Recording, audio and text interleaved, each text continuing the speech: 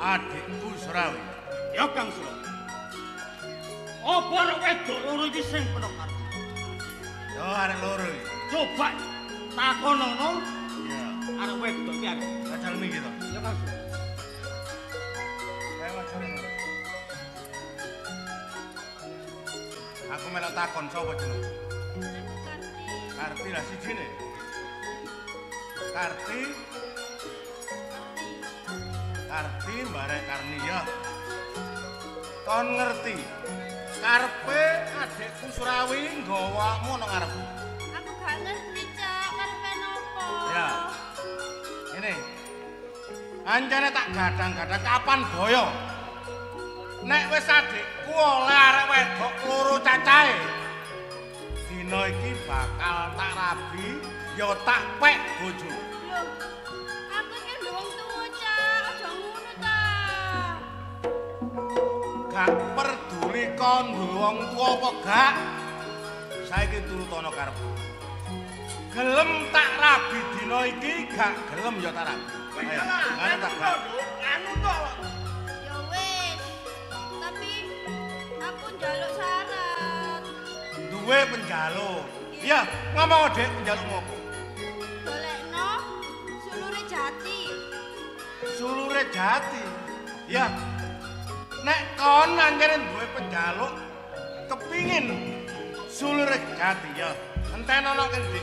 Tak golekno tapi aja mbelenjani janji. Kon kene mbelenjani janji aku balik oh tak pateni.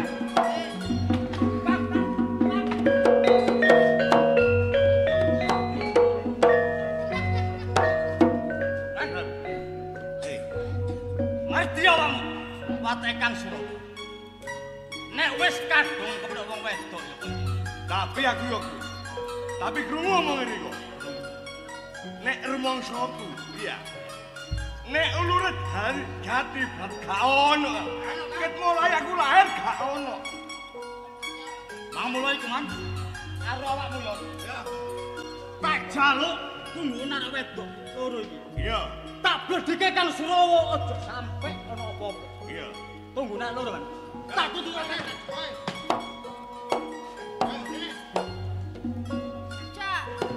aku ngelak dolekno ngombe. pancene nyelak sakno arek. Ngene. Arek iki ngelak. Yo. Nek gak digolekno ngombe, nek arek iki mati, awak dhewe dipait. Ayo digolekno. Ayo. Peno sing alor, aku sing edul. Bae salah situk sing oleh banyu. Iya. Ayo. Dek, mumpung saiki gak ada sing jaga ya. Ayo mlayu.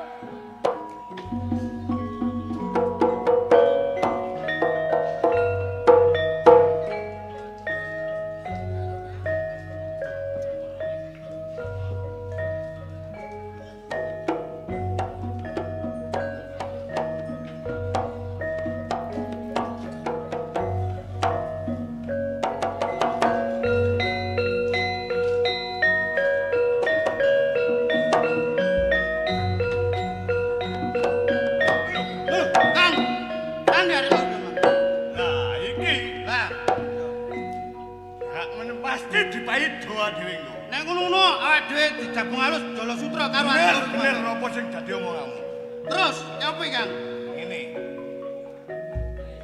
Awak dhewe dintenang kene. Ya menawa dhewe ketemu Kang Surawa. Iya. Ya ngomong terus terang ae. Ya, ayo ngomong terus terang. Awak dhewe gogore iki ya gak sembarangan ya. Ayo iku.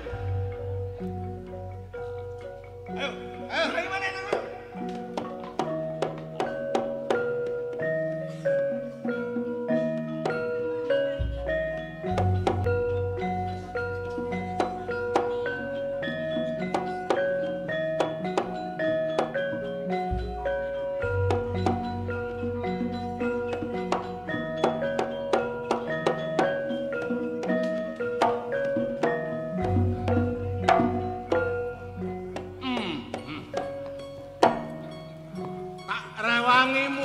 gunung mudhun jurang pemasan.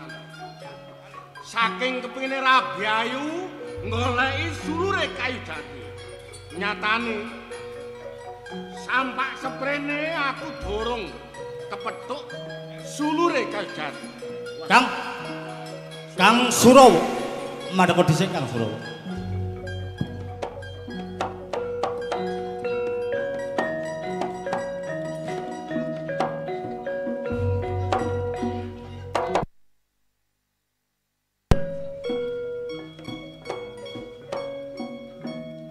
Kang Surawa. Adikku Surawi ana apa, Dik? Tak rasa-rasano aku mulai cilik sampai gede. Iya. Gak tumon Kang sulure kayu jati. Sing ana sulure kayu lengit. Lah kok Riko disambat karo wedok sing kaya ngono. Riko gelem golekno sulure kayu jati. Berarti Riko dibojo. Saking petenge atiku kepingin Rabi Ayu. Aku melayu tanpa pamit barek oh iya. Makane, Bang. Saiki arek wedok loro kan ana ndi? Arek wedok loro mau tak kongkon nunggu karo Yono karo Sarima. Iya, iya. Kan Surawa. Katiwasan aku kan. Ketiwasan ya wis Ngene kan. iya. Aku lak riko kongkon nunggu arek wedok. Iya. Lah arek wedok iku mau njaluk ngombe. Iya, terus Saumpama arek gak tak jalukno apa tak golekno ngombe. Nek mati aku dilakno paidu. Yono tak kone dol aku sing alon. iya. Lah iki oleh banyu balen tak kono, arek gak ono kan.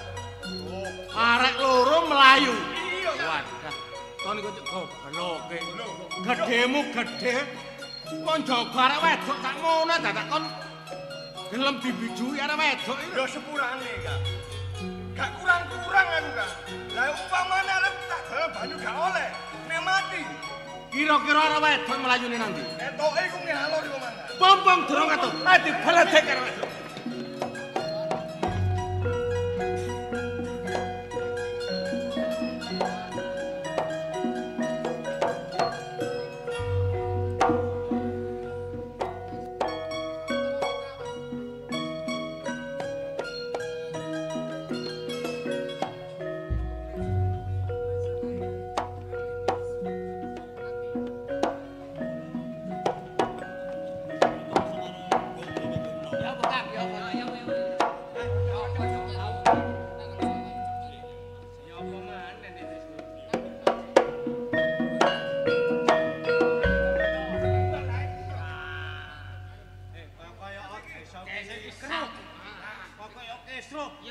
Tolong, tolong.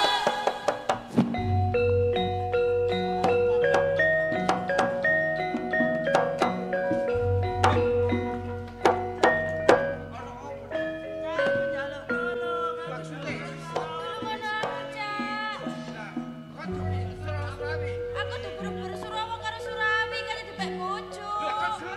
Ngomong.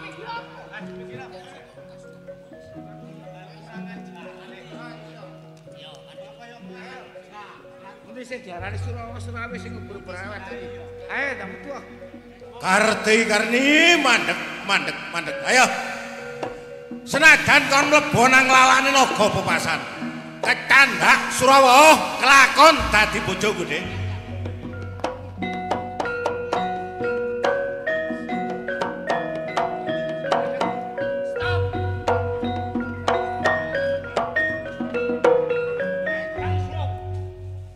Tak sawang-sawang oleh melayu. Sifatku pintate apa iki? Goleki calon bojoku. Sing ndi? Karo iki calon bojoku. Iki calon. Iya. Calon bojone mu. Awakmu dibojoi. Iki jelas calon bojoku. Nek arek wedok iki gelem kok pek bojo. Iya. Tak pasrano. Aku kok gelem tak gak? Ya. Surawa Surawi. Ya. Wis tak belani arek wedok iki. Kon iso nggawa arek wedok iki ana syarate. Syarat Lan kalau pamit.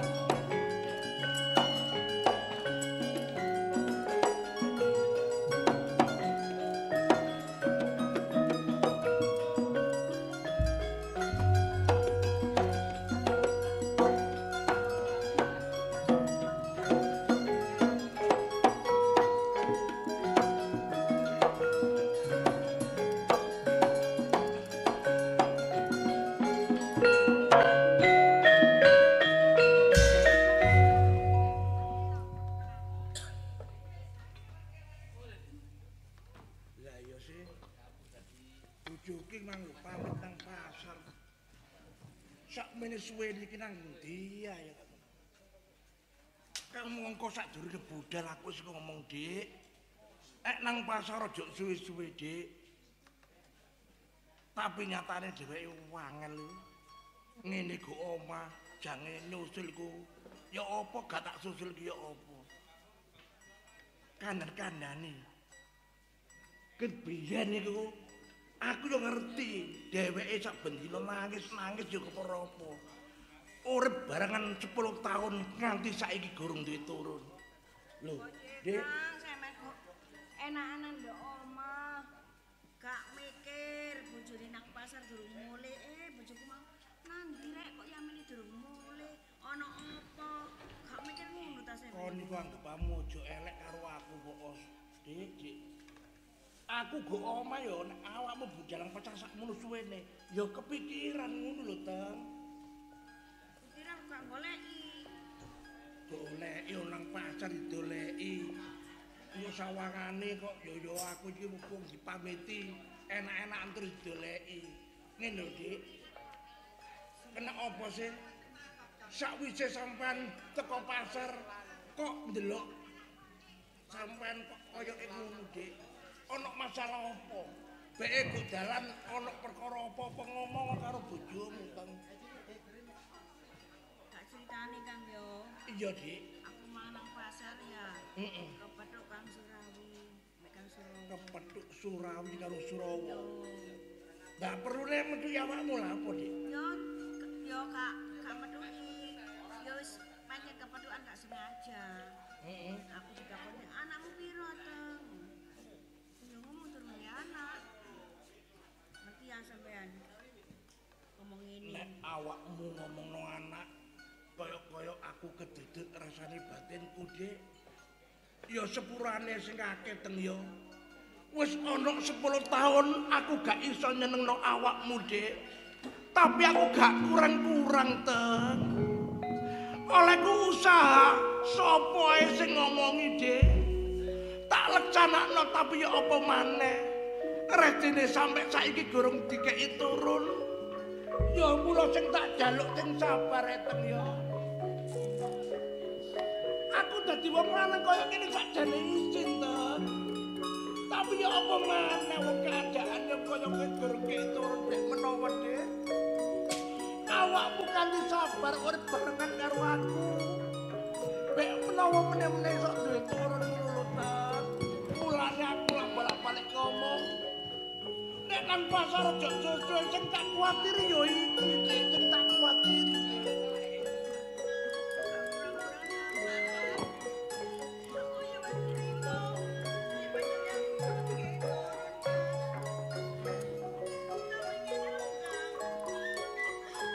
Apa, Dik?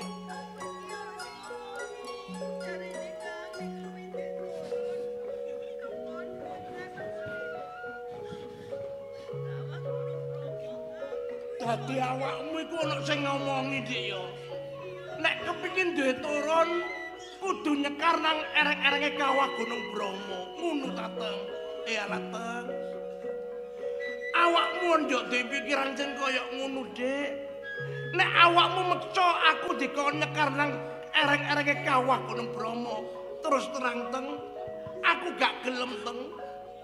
Ya ndolek ae Teng aja sampe awakmu nyekar nang ereng-ereng kawah Gunung Bromo. Sampai tak kandhani, Dik ya.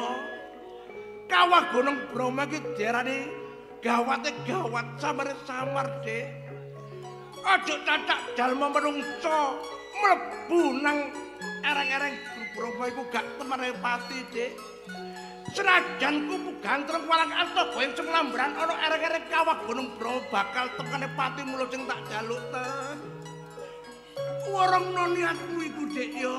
Urungno. Aku tresno karo awakmu, Dik. Sampeyan tresno karo aku, gak nuruti karepku sih, Kang. Berarti sampeyan ngebojo. Berarti sampeyan gak tresno karo aku, Kang.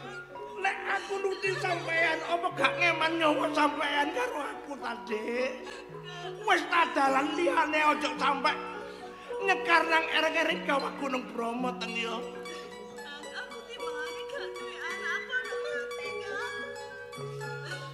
Mati awakmu tego sing ngomong ngono Dik ya timbangane gak modal nang arek-arek gur Bromo. Luwe becik kene mati yo alaten bojoku Dik. Iya tante. Nek pancen kekarepmu sing kaya ngono Dik, wong aku diarani wong lanang bojomu. Tak turuti Dik ya, tak turuti. Nanging aku pesen karo awakmu Dik ya. Bek menawa kok kono ana apa-apane aku karo sampean. Aja sampe geten tembe muri ngono ten ya. Iki wis karo wong loro, Kang. Ana apa-apa iki tak wong loro, Kang. Iya, Teng. Nek ngono gak kesuwen Dik, ayo budal nang arek-arek kawan burung Bromo. Engko mampir nang pasar Dik ya, tuku kembang pisan Dik ya. Tapi pas atemu Dik ya. Wis pas. Iya. Tak turuti mbek menawa dalan iki aku iso duwe turun karo awakmu Dik ya. Ayo Dik.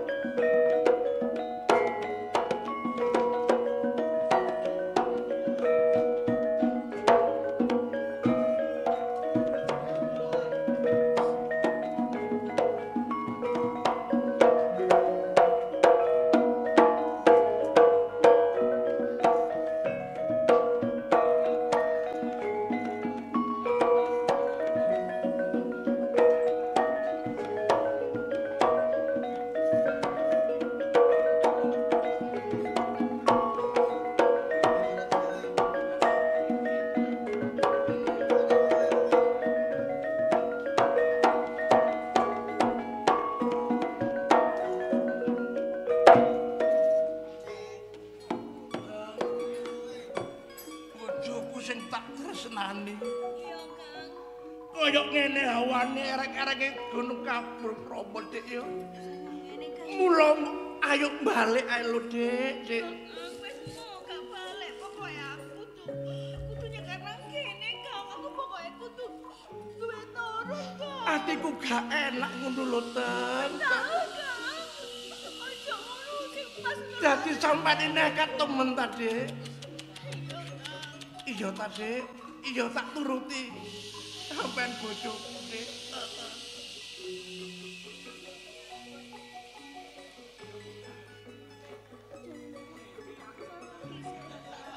Ngono ta, Dik.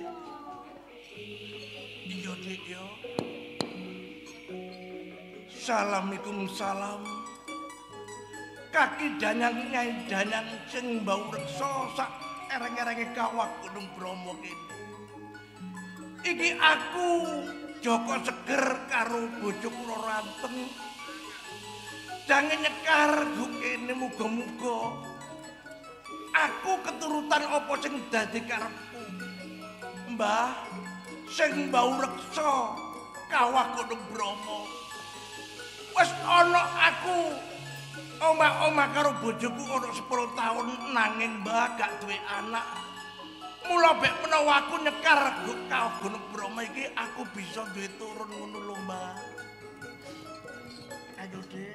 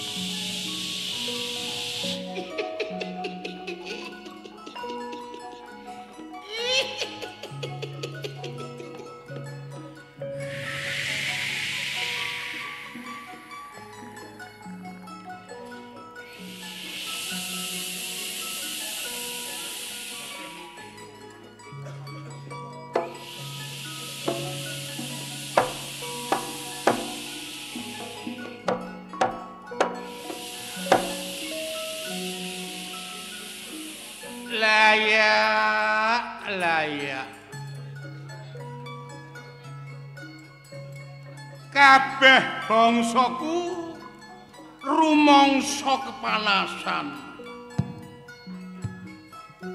Mong jebule ana jalma menungsa loro sing mepes raga mbanting nyawa ana ereng-erenge kawah Gunung Bromo. Menungsa dina iki aja mbok terus-terusno anggonmu mepes raga ana ereng-erenge kawah Gunung Bromo. Ayo dina iki kowe gugur. Gugur.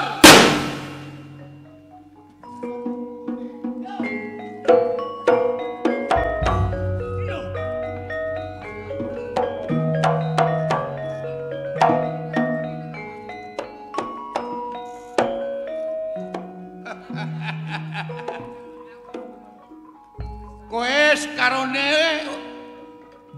ora usah wedi karo aku. Hayo nyedhek.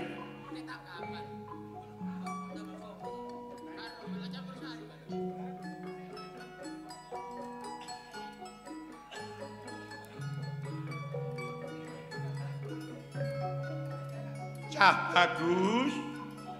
Nggih, Mbah. Kowe sapa jenenge? Kula Joko Seger, Mbah. Lah kowe Cahayu? Roro anteng bojo kula, Mbah. Lah kula mboten nate panggih kali sampean. Sampean iki sinten, Mbah? Joko Seger karo Roro Anteng. Nggih, Mbah. Aku Mbah Suda. Sing mbau reksa ereng-erenge kawah Gunung Bromo kene. Nggih, Mbah Suda. Seger karo Anteng. Nggih, Mbah Suda. Nganti kowe keroyo-royo mepes raga ana ereng-erenge kawah Gunung Bromo kene, kowe duwe karep apa, Ngeten lho Mbah Suda.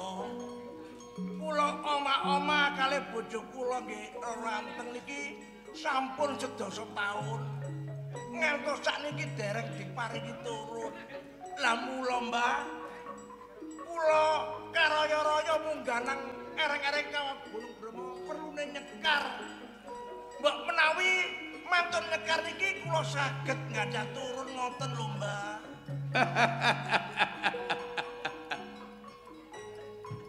Cekak cukupe kowe iki njaluk tolong nang Mbah. Nggih Mbah Suda. Sebab rumah tangga wis 10 tahun gorong duwe turun. Nggih, Mbah. Kepingin duwe turun. Seger karo Roro Anteng. Nggih kula, Mbah. Awakmu gak salah. Awakmu nyekar ana ereng-erenge kawah Gunung Bromo kene mung njaluk turun. Aku iso nulungi awakmu. Bojomu Roro Anteng iso anderbani.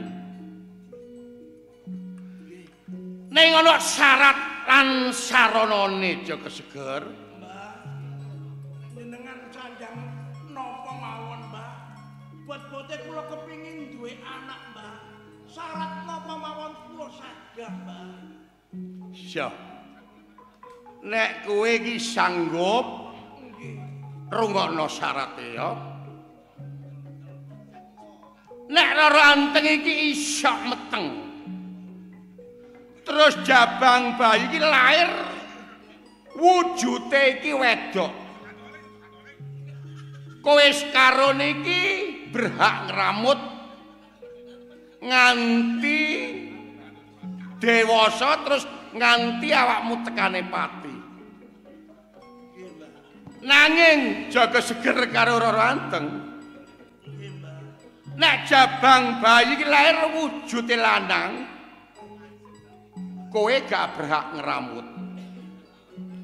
Kowe kudu masrahno nang aku minangka dadi anak-anak aku ana ereng-erenge kawah Gunung Bromo kene, Ceger. Pikiran karo bojomu aja grusak-grusu.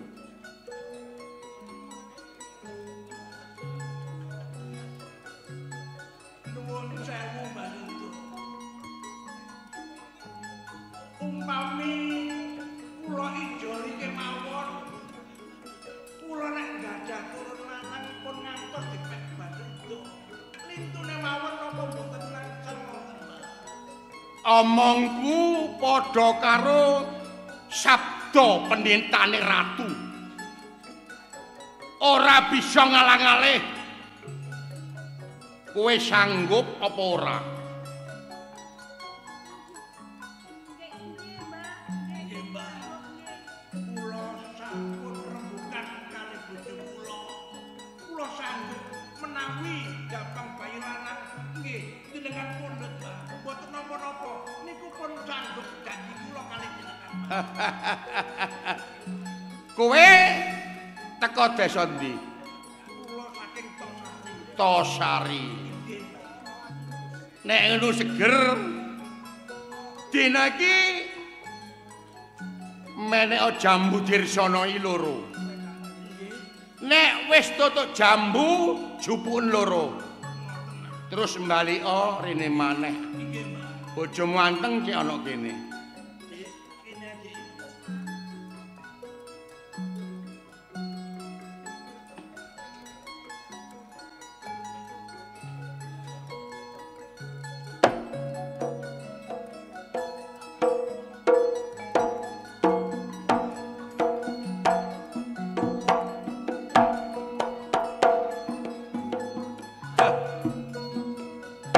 Wis aja seger. Siap. Jambu sing siji iki kekno bojomu nang Roro Anteng.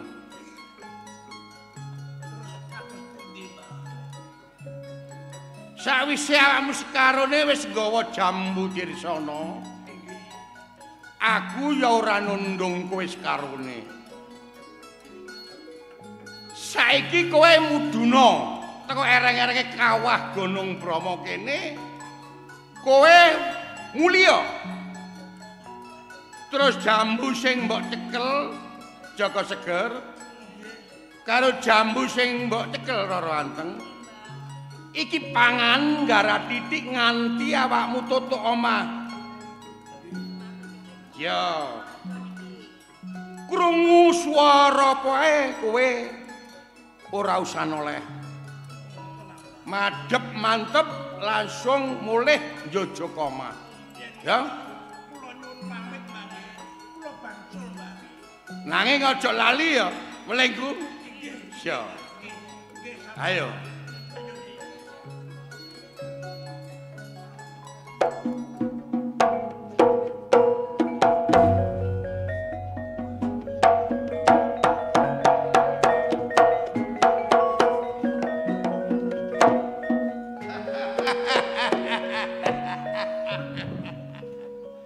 Jebule menungso iki urip ana donya iki macem-macem. Ana sing moh rekoso nanging kepingin sing sugih nyekel duwe akeh. Nanging seje Joko Seger karo Roro Anteng. Anggene rumah tangga iki wis ana 10 tahun. Nanging gorong duwe turun. Iya. Seger karo kowe pisan Roro Anteng. Nganti kau cidra ing janji karo aku. Bakal tak obrak-abrik desamu ya desa Tosari.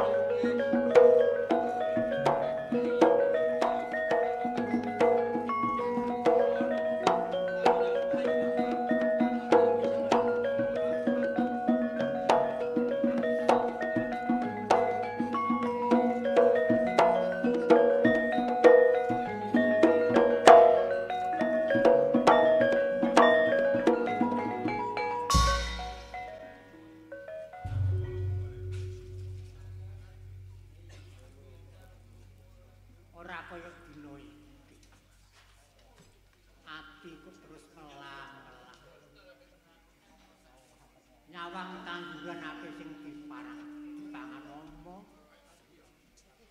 Mestine iso panen kentang, iso panen gubis. Saiki puso gak ana wetu.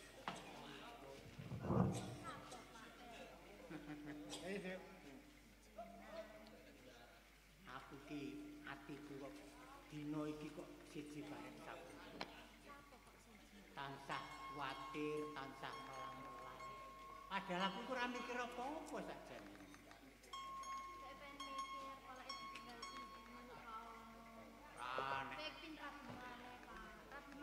Ya, Bu. Rabi maneh. Kon niku kok lancang. Bapak kon rabi maneh iku lho. Ora, Nduk. Aku ki wis masih gak rabi maneh wis tak ayem. Wis urip bareng-bareng awakmu wis nyawang awakmu gedhe kuwi seneng. Wis ora kepengin rabi maneh. Nek rabi maneh yo gak Kok iso ae. Barekane iku lho, nek aku rabi maneh awakmu dadi anak kualon. Ana paribasan. Mbok kualon niku apike alon-alon, eleke sakno. Apa gelem nek diajar barek. Lah iya. Mangkane sing tak pikir ya. Apa maneh desa kene iki. Wong-wong kok seje barek sabene iku kena apa? Iku lho sing tak pikir. aku ya diceritani kanca ngajiku. Heeh. Barene iku uber pasan ngaji wong gedhe. Uber-uber. Uber ireng ketoki isa. Pas kate budal ngaji. Apa kate ngaji? Masak yo andal. Kinceng kok kandhane. Ginceng yo rupane yo gedhe ireng. Mangkane aku iki kok angen wong saiki kok gak gelem padha melek bengi terus jek sore jek magrib wis padha tutupan. Ateges wong-wong ku wedi karepe dhewe. Iya. Ngerti aku.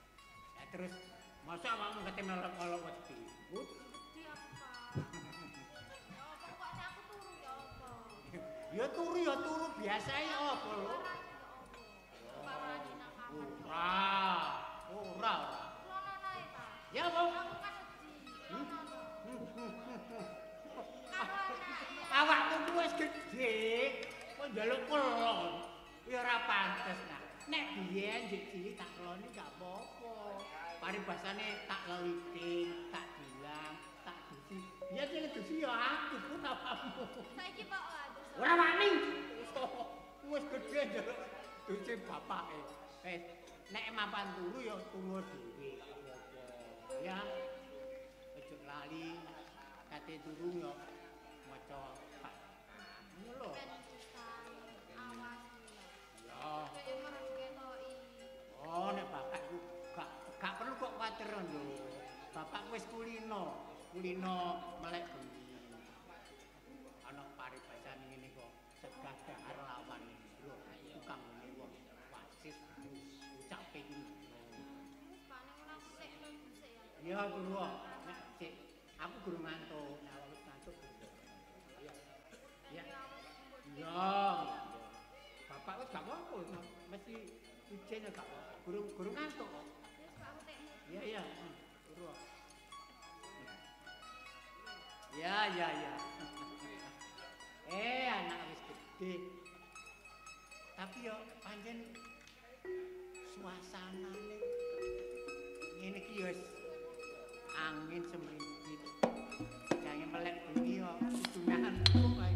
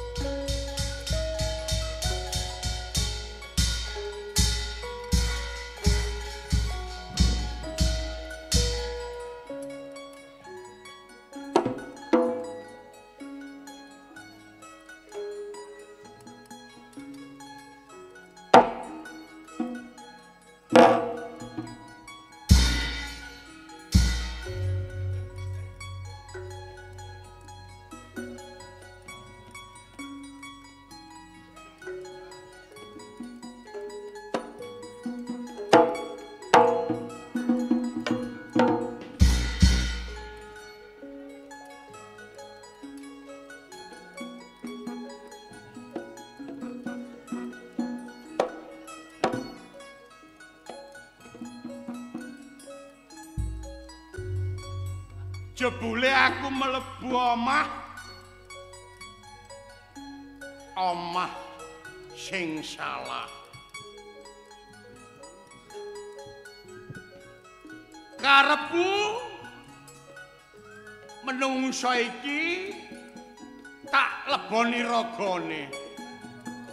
Nanging aku rumangsa gak kuat. Iya. Nek gak salah teko panduluku, wong iki senengane tirakat. Betah melek, betah luwe.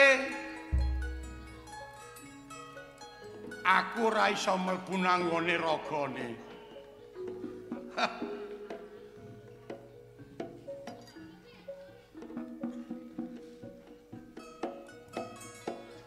Menungso, iya. Tak akoni.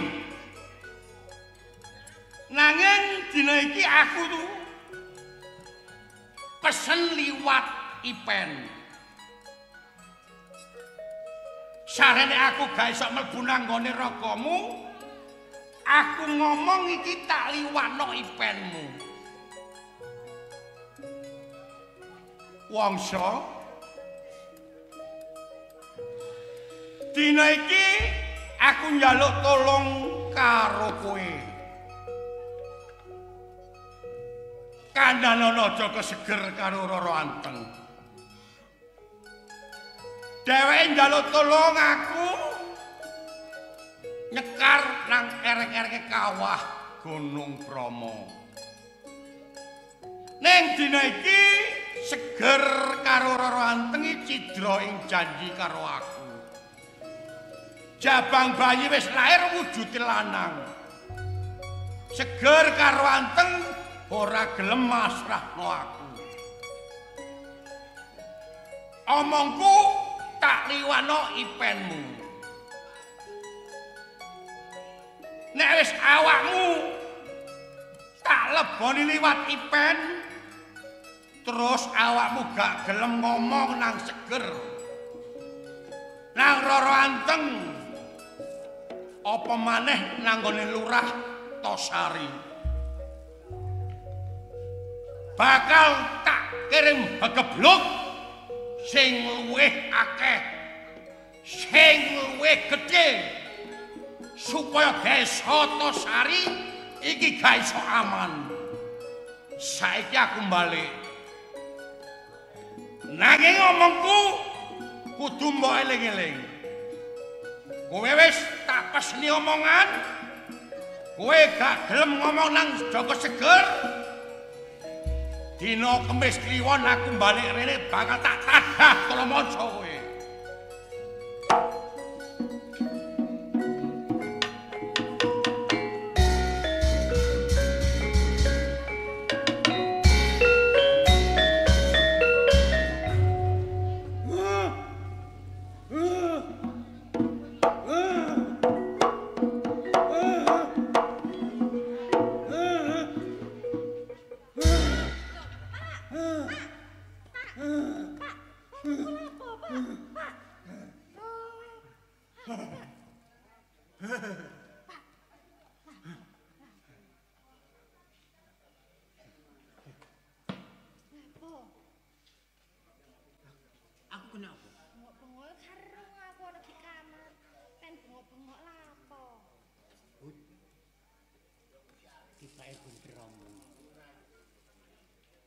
Rumangsaku gak turu tapi kaya oleh wasit.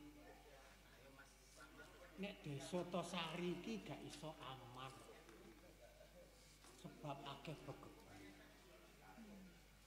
Goro-gorone Joko Seger karo Rara Anteng duwe janji barek sing mau reksa Gunung Bromo. Nek sampe anake itu gak dipasrahno karo sing mbau reksa Gunung Bromo kuwi. Desa Tosari kate digawe karangan tambah luwih gedhe, begebuke tambah luwih akeh. Mula iki dina ayo nanggone Wak Lurah tangga-tangga kabeh yuk diparani. Ayo dijak bareng. Ayo.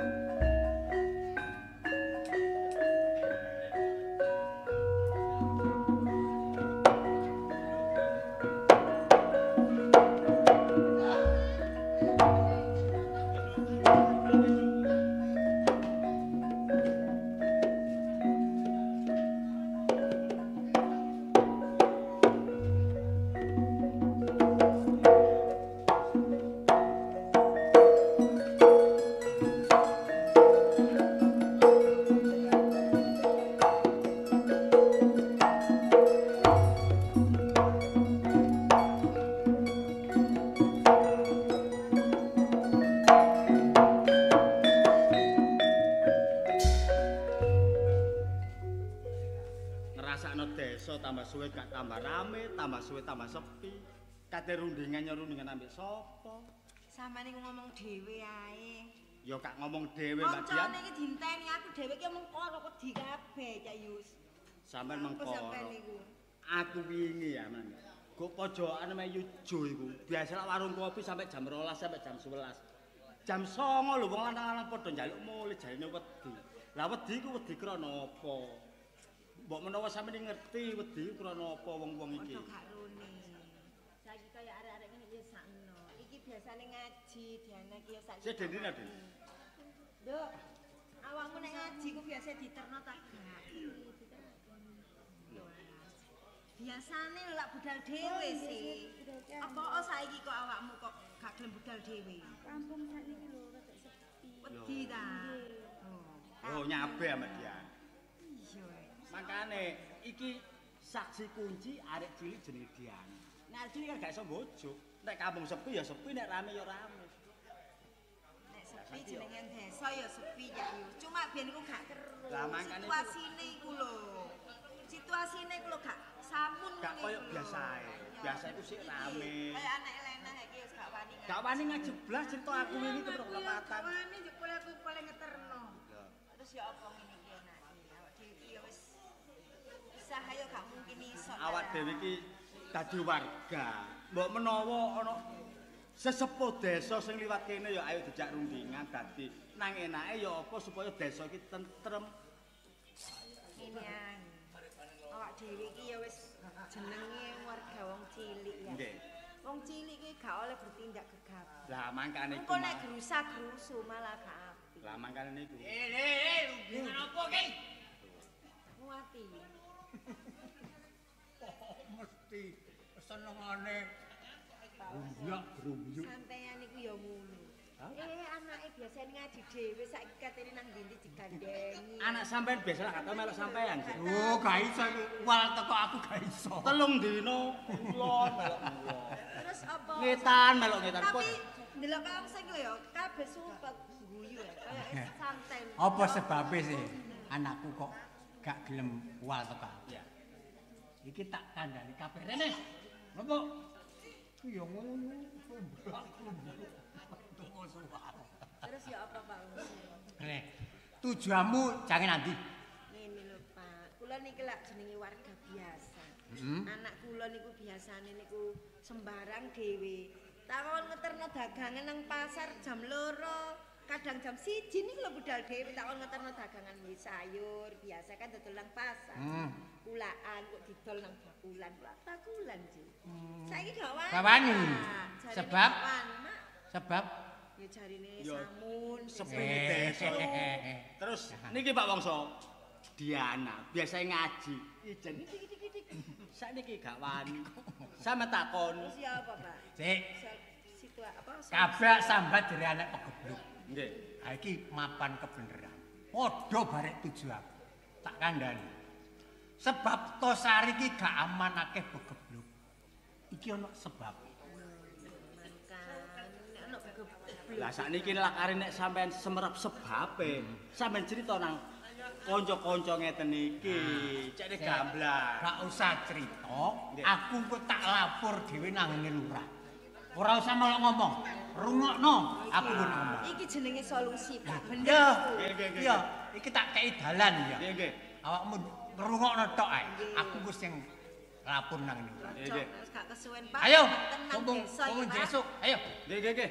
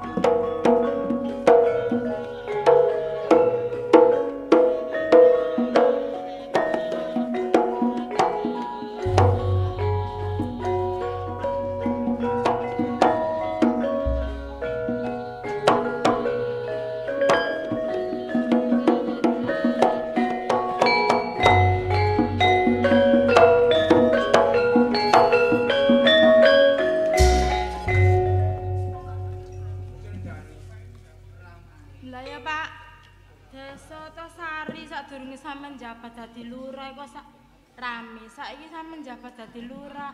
Sepuhi. Nggih, Lurah. Wong nang pasar gak wani, arek ngaji gak wani. Apa Ana malih? apa ya Pak iki? Lampu ngene prapatan iki mati pirang-pirang dina mboten enten sing benakake. Iki tugase Pak Bayan iki biasae. Niku pun kajeng kula benaken. Terus? Gak rada dukur. Nah, Kula niki nek menek-menek ondo gak patik wani. ya nek ditolong sing Gus Bayan. Nek menek genteng bocor. Lho nggih niku senengan kula. Kang Polo, Kang Bayan. Bu, pisan. Pancene aku pirang-pirang dina iki gak gelem ndodono esem guyuku mergo aku ndelok keadaan dusun lan desa. Lah. Iki gak iso tentrem. Nggih, nggih. Arek ngaji ora wani wong nang pasar padha buyar. Iki sing dadi pamikiranku. Lah ngene iku samun ketok ini. Mula aku njaluk pendapat sampean Kang Bayan. Ya apa isane desa iki rame meneh? Oh nggih, gampang. Nek desa niki kepengin rame, ki diapa nggih? Oh, ngoten iki. Kang Polo. Gak tau meneh ngomong. Ya napa? Nek prasa kula ancene kabeh niki enten wahaya mungguhe desa. Napa enten wong sirik ati kalih kula, napa enten wong sing mboten seneng kalih kula? Ngeten Gus Polo. Nek kula pendapate ngeten. Timbang sampeyan niku jengkel-jengkel. Desa niku didol mahal. Lho, Mboten niku penduduk kados penduduk. lho lha niki. Lah niki penduduk niki. Monggo. Nara. Yo, Mbah Wongso. Nggih. Pinarak mriki monggo. Lho. Kok nggih kalih penduduk. Kalih derek-derek. Lho monggo. Monggo. Nggih monggo Pak Wangsa. Nanti pantet dengan balik. Pak Wangsa lho kok ben kok awake cilik. Ayo mangan apa lho. Ini sing Wongso. Aku balik ora. Nggih, ulur. Nggih monggo. Mbah Wongso monggo pinarak. Kok janur gunung? Sampean mboten nate sowan tenggene balik kelurahan kok diring penduduk sing sakmonten kathah niku enten apa sejati? Niki sedaya penduduk mriki niki jangaken gugat. Lho, Istilahnya unjuk rasa. Oh, daimu. gugat unjuk rasa bab napa?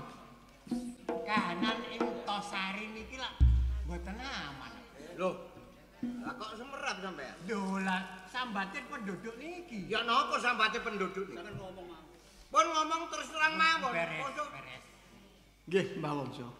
Kathah gebluk. Lho. Lari budal ngaji mboten wani. Nggih, bener.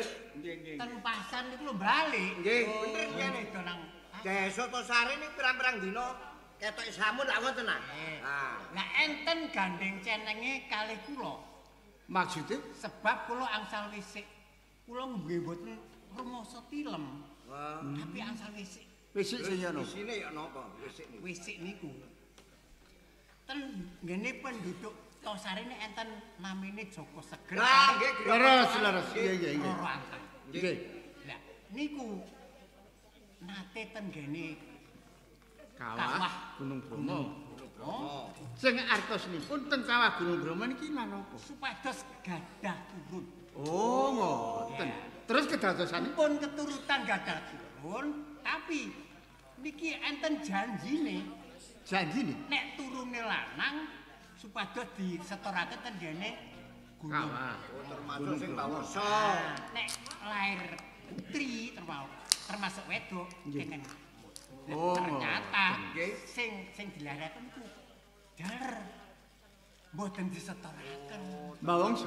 Nggih. Niku liwat Ipen napa sampean niku asal wis sing nyata. Saestu niku. Malah ngeten. Nggih. Nek sampe Joko Seger kali Roro Anteng mboten medal saking desa Tosari. Tosari bakal digawe Karangabang. Lho. Ngeten. Sampeyan niku ngomong pun ngadada lho nggih. Niki kahanan desa niki keruh. Pun katik ngamel cerita sing macem-macem lho sampeyan. Kula niki pun sampe disumpah. Nggih. Terus diujopaken niku lho kula sepurun. Mbah Wangsa.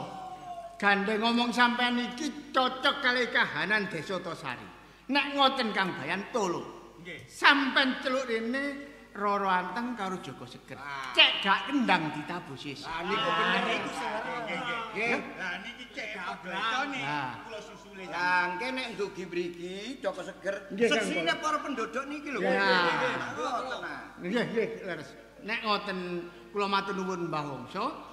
Sampeyan termasuk sesepuhe desa Tosari, muga-muga lantaran sampeyan ndugi pendopo niki saged nentremaken penduduk. Nggih kula niki nggih tumut-tumut lah. Damel amane desa Tosari ngoten. Nggih. Nggih untuk mawon. Sampeyan wapan mriki beto penduduk damel seksi niki. Yo nggih.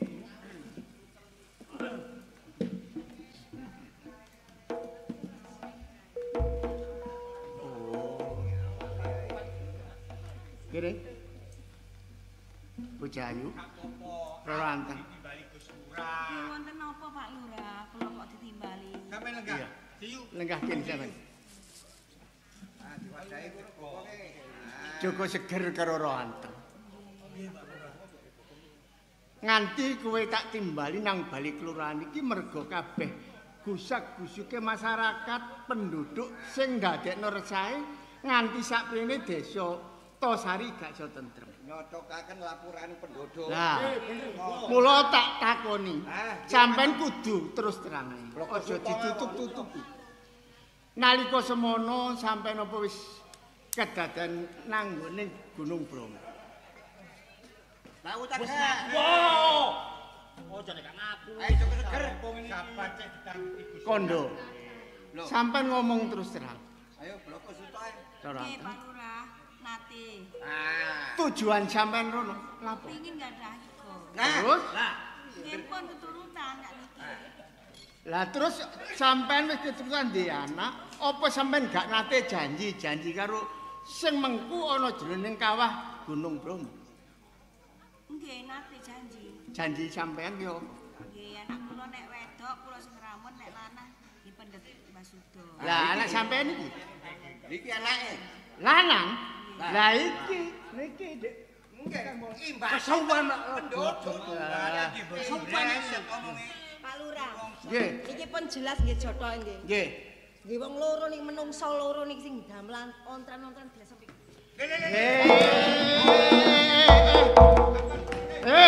Yus.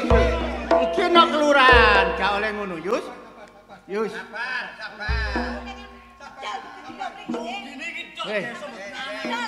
Wis. Sampeyan nek wis ana bali kelurahan, perkara iki senangane aku. Aku lurah sing duwe panguwasa. Ranteng. Penduduk sing teko kene sakmene iki isine kepingin desa Tosari iki tentrem, jalaran saka sampean sing mblenjani janji karo Mbah Sudo nek kawah Gunung Bromo. Sing tak jaluk Joko Seger karo Ranteng. Sampeyan iki dina ninggalno desa Tosari. Aja sampe manggon kene maneh, mergo penduduk kabeh wis gak setuju kedadean iki.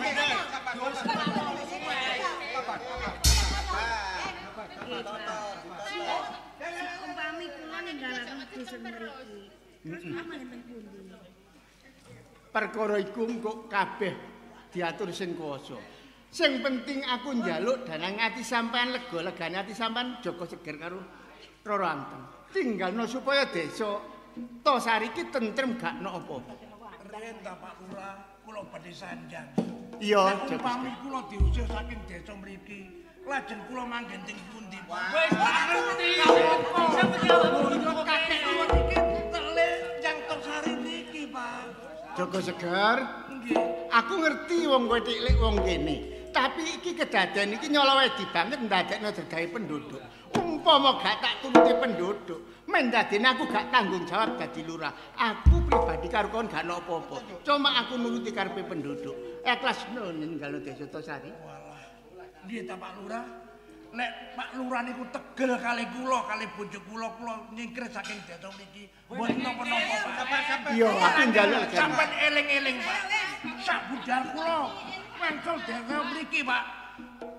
Penduduk Tosari bakal nyekar ana kabeh.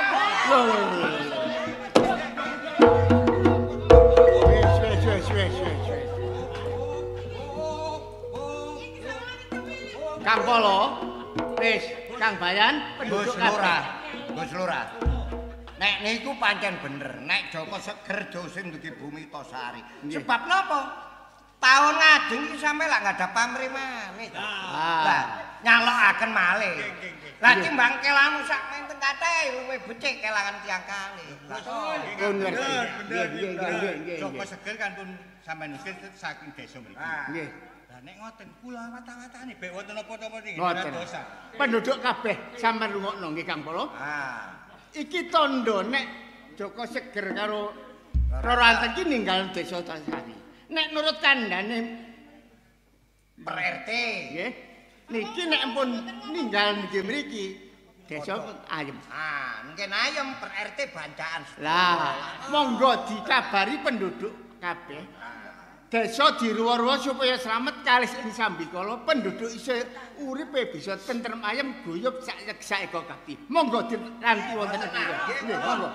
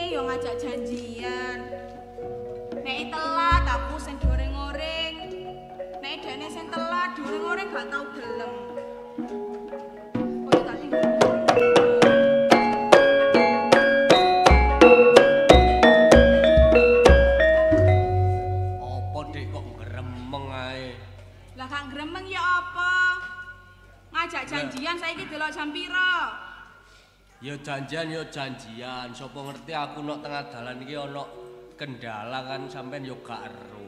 Yo sing sabar titik ta lah ngenteni Joko Rasa kok iso koyo ngono merengute mbok yo sing senyum. Ya sampean ngono Kang, kok lah nek aku telat sampean muring-muring. Kok nek sampean sing telat doreng-oreng gak gelem. Wis ta Dik. Sak telat-telate aku gak ngarah aku ngelirik wong wadon liya. Wong wedok sing dadi gandolane Joko Rasa mung siji, ya awakmu Sumi. Ya. Terus iki sampean ngejak semayan ketemu nang kene iki ana perlu apa sih? Ya aku jenenge ngomong karo sampean, Kang. Ya ngomong, Dik. Anjane awak dhewe mbangun tresno wis suwe nek ana apa-apa ndang ngomong. Timbangane engko dadi kendalane katresnane awak dhewe. Ngomong. Ya saya aku takok karo sampean. Jadine sampean iku tresno tak gak sih karo aku? Lho ya tresno, sayangku tak tumplek blek nang awakmu, Dik. Gak ono arek wedok liyane sing iso ngganteni tresnane Joko. Lah terus lah nek sampean cene temen-temen tresno karo aku, kok sampai saiki aku iki durung sampean lamar. Ngelamar. Sakjane yo pengen aku ndek bojo awakmu, yo pengen tak lamar. Tapi sampean yo ngerti dhewe, aku compang-camping kok ngene anake wong gak duwe, penggaweane yo mek golek kayu. Sampean gelem kira-kira? Oh alah Kang, wis sampean iku wis aja mikir penggawean. Penggawean iku bagiku nomor loro. Sing penting niate sampean nang aku iku ya apa? Sampean gelem? Ya gelem, Kang. Awak dhewe berarti mbangun rumah tangga mulai nol sampai ke depane ya apa dipikir besok. Iya, Kang. Sing penting dijalani wong loro. Dijalani dhisik. Perkara nyambut gawe ndolek ambek mlaku. Iya. Nek ngono gak kesuwen Dik, ayo tak irit nang omah. Ayo, Kang.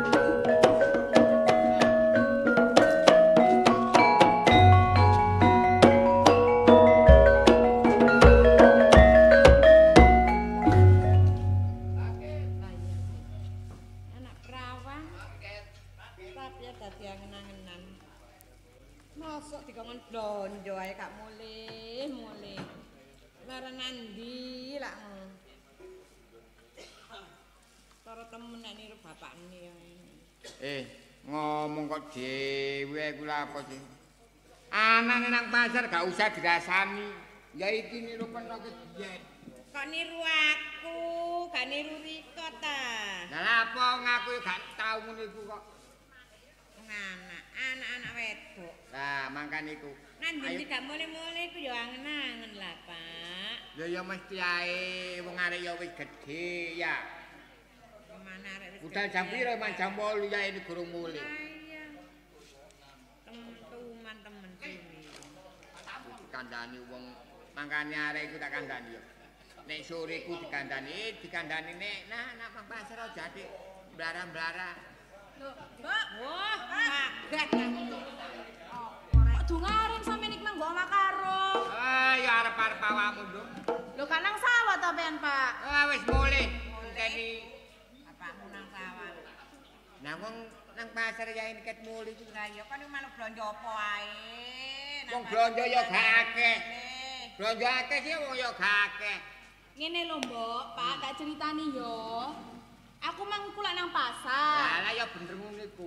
Lah pasare ku ruame, Pak. Lah sepi ya kuburan. Oh, ora pasar sepi, pasar yang mesti rame. Lah yo ngono mbok kandhane. Oh, niku pancet ae kon niku. Lah pasare rame ku mang aku yo gak sida blonjo, Mbok. Gak sida blonjo. Yo gak. Lho, ya apa rek? Lah nang pasar gak blonjo iku lha apa?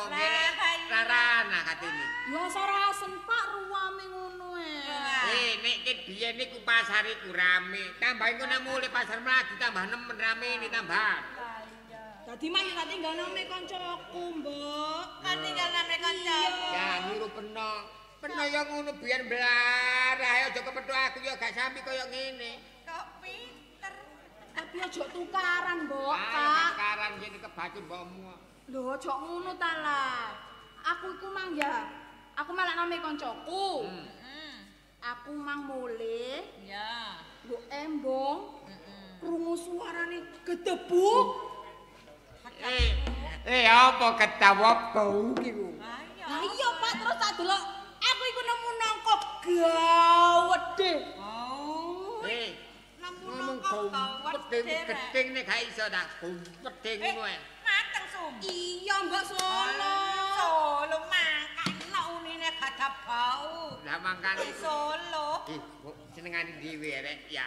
Cocok. Dikolek ya enak. Iku biasane meneng desa ben godhog gak apa-apa. Tambah dikolek campur kacang ijo. Terus nang kono sing ngendi? Tak delemburi, Mbok. Tak jupuk nik. Kok gladi. Gladi man dipecah yo. Karo ngono nyamplungane bae gedhe ya enak sih ya. Iya, kok gladi, Pak. Aku rombo nek senengane bapak yo tak go mulih. Dikolak ono gedang mang yo. Kalau mek gedang, ono kacang hijau. Wah, enak. Bapakmu saweneng ndok ngene iku wis kana lek ngono. Iya Solo mang, Mbok. Enak. Ono gladine. Wis apa? Tak jukuke yo, Mbok. Jukune yo. Mumpung glati wis kadung landhep. Nyamplungane lak enak. Dicuki titik-titik ya, pucuke betone nek digodhog ya. Iya. Mangkane. Kolek yo enak, dipangan ya isuk yo enak. Iya. Dikolak. Iya dikolek mek campur kacang ijo gak apa-apa. Lorek walu-walu. Oh iya dicampur walu gak apa-apa, mek gedang yo gak apa-apa. Lho, Pak, Ayo apa? Mi, Sumi. Kok mang gak kliru oleh njupuk nangka mang.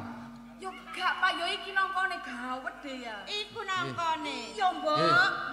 Nangka kok ngono mi? Rek, nangkone. Ampun, Nangkone gawedhe kemak blengah-blengah. Iya, mulane iso muni gak bau. Iki lagi Bapak. Pak, pun dibacok. Gak, wis tak dikeki, gak bacok. iku mbokku, Kang. Enak. Nunggu anak. Kene lenggo. Ya gak apa-apa. Lungguh. Ini Sum. Kemelo lungguh pisan, Cum. Derek. Di bapakne kok gak lungguh sih, Rek. Dipen ngadeg kae, Pak. Wah, ngalah pun tuwek iki Gak dipae. mun kon mango, jarimu nemu nangka kok. Yo iki nangka sing tak maksud. Bu mosok pen gak ngerti sih. Mbok. Mangkane nangkane kaya ngene blengah-blengah mulane wagah kemule. Ki tak takonane ya. Le, sik rek. Terus ana anu arek iki mosok gak dingek. Lho, ya tanggungane Sumi sih. Lah kan nggawa arek ewang mrene ku ya bae digodhog napa ta apa lah ya ngono. Kono godhog-godhog wis sik kono nak. Kono, Pen bae. ngombe apa, Kang? Tekan ana ngombe apa? Pen kopi. Pen apa, Pak? Lho biasae iku sau-sau bapakne iku sau-sau. Susu. Susu apa? Kulane susune mbokmu kedaluwarsa gak enak. Nek biyen enak, ya. Aja ngono, ngomong gak enak. Awas yo. Awas yo ngomong gak enak. Lah iya nek saiki ya gak enak, nek biyen yo enak. Enak-enak ndak bapakmu susu. Ya gawe aku susu sing gitel ya legi tur kentel. Pun kata-kata ngunjuk susu, Pak. Teng mripat elek. Teng mripat elek. Iya. Kata saya lek sing senengane susu. Mangkane susuku gampang. delok susune mbokmu sak kempil ngono. Kang ngene. Si aku melok takon jenengmu sapa? Kula Joko Rasa, Pak. Oh, Joko Rasa. Terus omamu ndi? Kula kampung sebelah. Oh, daerah Tosari. Iya sih. Iya sih ta. Ambek Sumi iki ngono. Nah, Kenal wis suwe ta ya. lah mangkane iku sing tak sing genah ae. Lah iya. Saiki awakmu mrene iku tujuane iku mrono. Lah kok ya. Terus awakmu kenal ambek adikmu Sumi iku wis suwe ta, Dur? Nek wis suwe ku ya apa ngono lho. Ya iki ngeten, Pak. Kula mriki pisan sambang milik kalian jenengan. Oh iya. Sing nomor kalih kula niki kalih Dek Sumi lak pun gandeng suwe ya. Runcung-runcung tiang termasuk wis hubungan. Pacaran. Nah, kok sampe aku karo Peno iku lho ya. Tonjo tebu wong loro ya. Iya. Sampun cinta-cintaan. Oh, cinta-cintaan. Lah, mriki niki badhe nglamar. Lamar. Wis seneng temen ah. Sampun, Pak. Polane omahe Sumi ya wis ngene iki kadhaane, mbokne ya ngene iki, bapakne ya rupane kaya ngene iki. Nggih, kula tresno mboten mandang bondo donya. Lahir batin kula, Pak. Oh, termasuk wis seneng temen ya. Saumpamamu mrene kok silaturahmi karo nglamar Demu Sumi, ya gak apa-apa. Terus awakmu iku gak duwe dulur. Kok ijen ngono lho, gak duwe dulur Kula ta. mboten gadah, Pak. Oh, gak duwe mbokne, gak duwe dulur. Wong tuamu Gadah. lanang wedok. Tasik. Oh, dik pekok wong tuane. Pekok sing jangkep. Iya. Terus kok gak ngongkon wong tuamu wae. Nggih niki wau Dek Sumi ngengken kula langsung mawon timbangane ngenteni benjing. Oh, ngono. Wis iki nae nek awakmu cara ngono ngarepno ya gak apa-apa sih nek padha seneng ya awak dhewe ku ya setuju ae. Terus wong tuamu wedok sapa? Namine. Roro Anteng, Pak. Terus wong tuamu lanang? Joko Seger. Wah, Pak.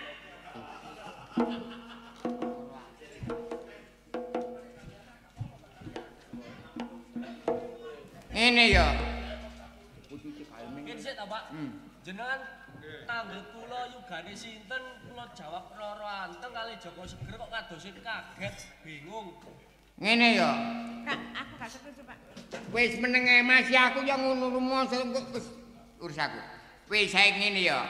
Kaya bapak iku cara ngono masih awakmu seneng karo adikmu Sumi.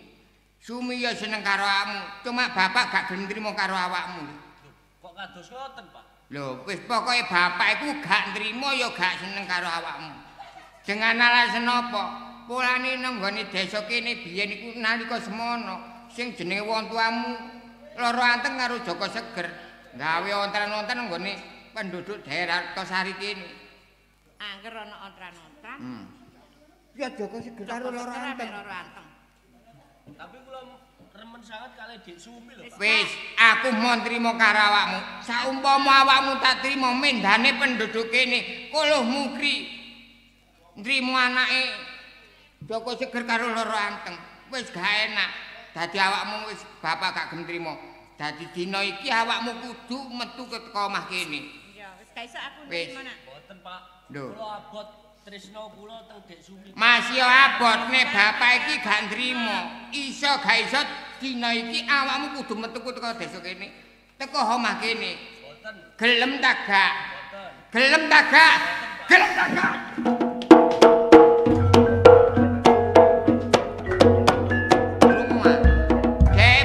Seneng ya gak apa-apa, cuma awak dhewe ku lak ya suka nambah wong penduduk ini kabeh. Daerah Tosari biyen sinalika semono akeh begebluk ya tumindahe Loro Anteng karo Joko Seger. Ya. Loh. Nanti Kang Joko Roso Mang Pak. Iki kopine tak gaekno. Karena Lho lah nanti Sapa? Kang Joko Roso. Jange lapo? Wis delek liyane iku po Joko Roso gak apa-apa. Arek Jugang Sari lho akeh, ganteng-ganteng. kurang arek lanang liya. Delek liyane ya apa sih, Pak? Ya ganti liyane Joko Roso meneh lho. Ha iya. Apa? Aku mau. Engko tak gelekno nggo pasar Mlagi ya. Ya terus saiki Kang Joko Roso iki nggo endi? Canak diusir karo bapakmu. Tak usir. Kok iso sih Pak sampean usir iku? Berarti sampean tega karo aku. Kon tak kandhani ya. Wis iso gak iso awakmu ndelek liyane. Emma, aku mau nek Kang Joko Roso, nek saiki arek sampean usir, aku mek nututi.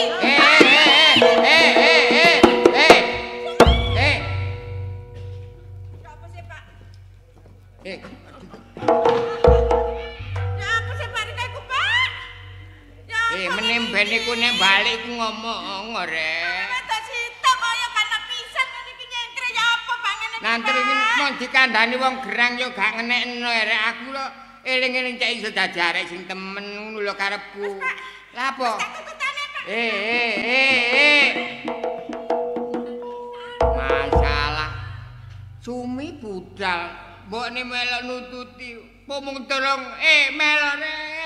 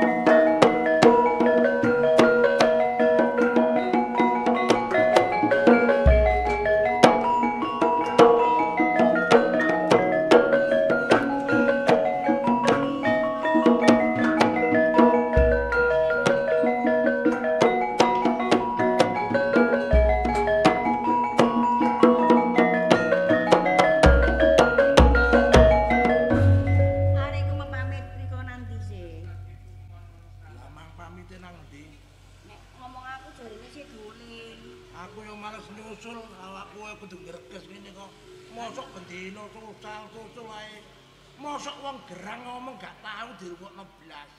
Aku sing ngomong nek dolen aja ada-adole aku ngomong ngono. Bab apa sih, Dik? Iki duwe wadi, kudu tak kuwatirno ngono lho. Bek menawa dolen ado-ado, terus mari ngono sing ngandani kene tangene. Saya nek delok Dokaraca sing sakmono gedene, arep blenge-blenge kaya ngono. Umpamane ditara nang kawah Gunung Bromo. Apa ya tega ta, Pak? Gak tega kan? Lah mulane kaya ngono. Aja sampe kuwadi kewiyak karo tangga-tangga. Aku karo awakmu kudu hati-hati ngono lho, Dik. Terus tak ngono omah tok ya gak gelem jeneng arek lanang. Ngancen Dik. Biyane niru-niru awakmu. Kok iso nyalano aku tiru-tiru aku iku lho. Ono kemanten lanyar kene mulai ya gak ono tutuk tangga-tangga. Jenenge wong iku tetangga niku nek ono apa-apa kuwi. Wong tuwek enake tenger karo anake sumpek. Lho, sumpek ta nak? Sumpek apa Kok niku sumpek apa? Ngene ngongkon anake jujur. Kon iki ngomong teko dok sumpek-sumpek. Jutang mekar kaya apa mu? Lho gua ngomong enak. Kok isane lho? Ya ngene iki nek garo atine anake ya apa ya ngene iki. Lah mosok ero kok njero mekar. Lah kok gak cerita ya gak. Lah bene wong teko dok sumpek bae kok ditagih mekar terus bingung gak iso nyaur sumpek iku. Ya paling pean dhewe nek iku. Ngene iso. Awakmu lak tak kandhani sih. Nek dolen niku ngerti wayan. Kurang ngerti apa aku. Kurang ngerti apa? Apa gak telatase dadale budal yang ngono mulai amene. Kok omah iki wong tuwa iki yang mikir ngono lho. Anjirmu gak ngenang. Ya apa gitu enak nengok diarani enak-enakan. Sampeyan mikir nang omah. Wah aku nang embong mikir kok sampeyan maneh. Lah iya apa sing kon pikir ngono lho ngomong karo bapak. Sampe lak ngongkon aku. Heeh. Jujur le. Urip nek donya iku jujur. Lho iya sak mestine ngono aku nek ngandani aja sampe ono wadi sing tutup. Apa sih? Awakmu nek ngomong ngono awakmu jelasno lho. Cek supaya aku karo ibumu iku ngerti ngono lho. Aku iki seneng arek wedok. Hah? Seneng arek wedok tapi ditolak. Ada. Ditolak ya gak apa-apa kok liyane. Teko dok ngomong nek seneng mbek arek wedok ngono dan sumpek dan apa? Lah tapi ditolak Hah? Ditolak. Ya ndolek liyane ngono lho. Ya apa? Arek wedok gak situ tok cung ngono lho. Ya apa Kang dunya gak sak godhong kelor ngono ya. Ojo terus pancik endi ngono aku. Nek ditolak perkara areke gak seneng ngono gak apa-apa, Pak. Iya terus. Wong tak lamar nang omahe bareng aku roh anake Joko Seger karo Roro Anteng gak gelem. Ngerti ya? Kok iso jujur saiki sampe niku. Menembeni awakmu teko ndi-ndi ki aja ngomong karo njujuk sumur. Ngono lho. Wis ta, ya ngene iki dadeane. Yo, tempelan bareng gak genah. Kok iso ae wis ngene. Awakmu ndang mangan-mangan ngono ibu masak enak iki dina. Masak kewolok sak menuk kae mbok gak ono sing nggawa gak ono adahe wae. Wis iso ngedem atiku ae. Iya iyalah. Legi lega. Legi lega. Mbah aku gak rasane kemang ibumu gawe bang. Ya legi kalale. Wis ta. Ya apa iki terusan aku? Nek masalah wedok, aja melok mikir tak urusi karo ibumu. Lah awakmu iki dina mangan-mangan dhisik ngono lele. Pinang kuwi. Jangan asem lu ampal sambel enak wis. Mano. Adek, awas mentak. Wah, wong tuwa kok adek diancam-ancam gelani kon sok. Lah nek gak iso nyerung anak. Ya aku lak sanggup sih. Iki jam apa ora ngono Kang? Pernah biyen kok iso koyo ngono. Kodhok besosal. Wong gak tau dituturi ae. Wis, arek wis. Ero ah. Nang mburi. Ero ah, Sing tak pikirno ya ngene iki, Dik. Sih jajale sih. Ngene lho Kang yo. Awak dhewe iku lak wis kadung wis janji wong loro, enak wong loro gak enak wong loro yo. Arek iku Kang, ojo sampe dadi korbane Kasudo yo. Terus sing karepmu? Ayo rono nyerahno. Ngono ah. Diganteni wong tuwa sing tuwa federasine. Arek kaya ngono Dik, mendane ana longsone batinku nek dadi tumbale Kawah Gunung Bromo. Mumpung dheweke nang mburi. Ayo melayu nang Kawah Gunung Bromo. Ayo.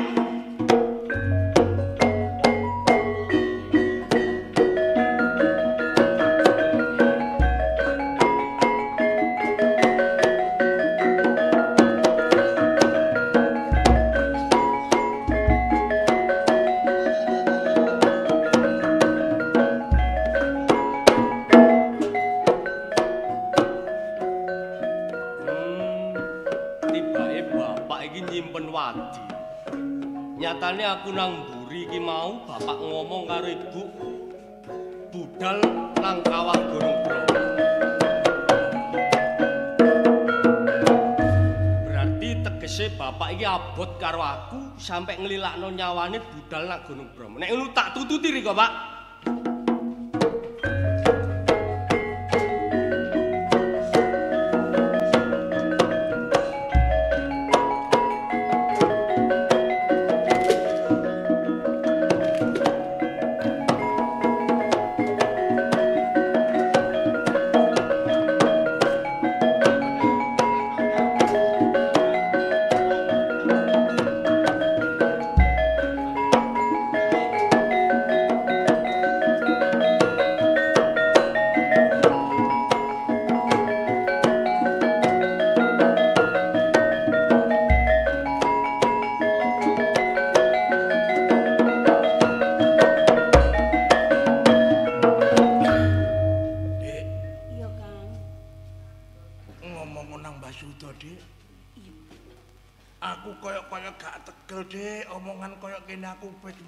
Janji karo Mbak Sudo, Dik.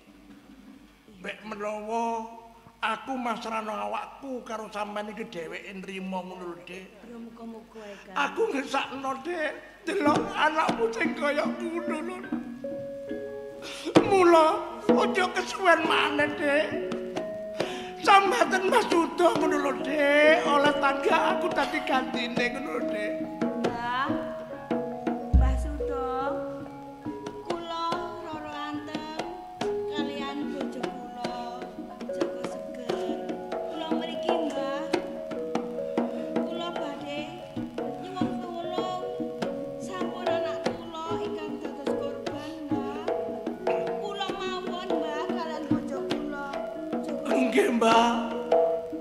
Mbah Sudo panengah kula Joko Segir karera ranten perlune mriki badhe masrahaken Mbah pun ngantos anak kula sing dados tumbale Kawah Gunung Bromo mriki Mbah kula kemawon kalih bojo kula sing bakal nglakoni Mbah.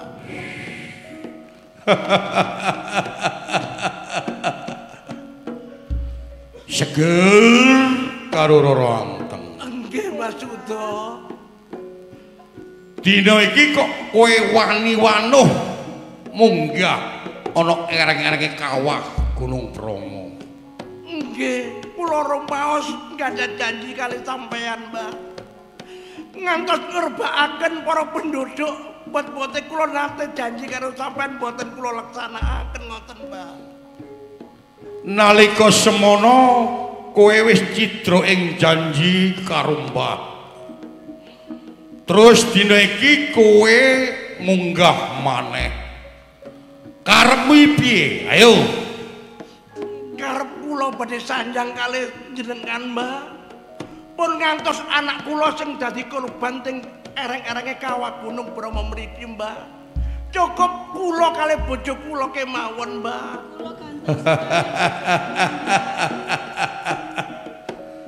Cekak cukupe kowe iki abot karo anakmu sing jenenge Jaka Rasa. Nggih, Mbah. Kowe karo bojomu iki minangka gantine anakmu, ngono to? Nggih, Mbah. Iya. Sadurunge kowe mudhun nang kawah kene. Kowe ndek penjaluk apa? Mbah Sudo, penjalukan kula nek kula sampun dados gantine, Mbah. Kula pesen jenengan pun otek-otek jebak senggol kali anak kula Jaka Rasa ngoten mawon pesen kula, Mbah. Jaga Seger. Nggih, Mbah. Nek iku pancen jalukamu. Iya. Aku janji karo kowe. Aku bakal njaga Jaka Rasa terus desa Tosari iki tak jagane supaya begebluk gak ana tanduran apik masyarakate cek padha seneng kabeh ya. Nggih, Mbah. Iya. Nek ngono dina iki kowe ayo aja kesuwen. Jeglunga nang kawah kene tak enteni kowe.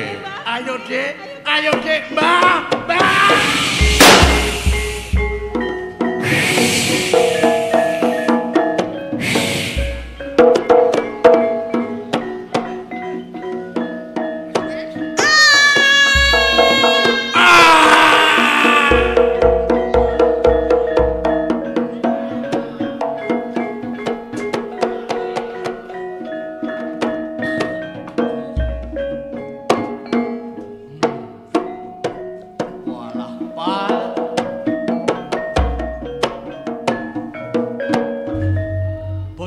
Sampai nabot karo anak Rika ya Jaka Rasa sampai nglelakno pati Rika ana Kawah Gunung Bromo.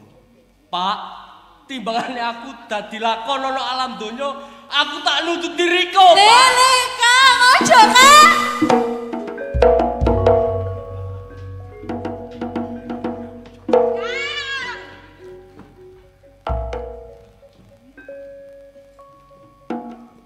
Gak tega wong tuaku nyemplung ana Kawah Gunung Bromo, Dik. Sampeyan kajenge lapo, Kang? Aku tak melok nyemplung mati ae karo bapak timbane aku urip nang alam donya tansah dadi lelakon sing kaya ngene. Aku iki tresno karo sampeyan timbane sampeyan sing jegur wis apa sing jegur.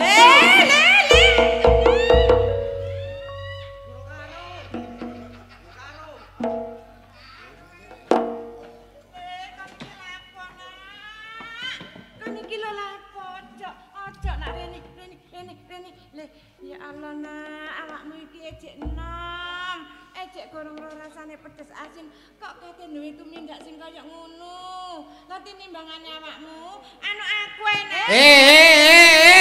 Aja.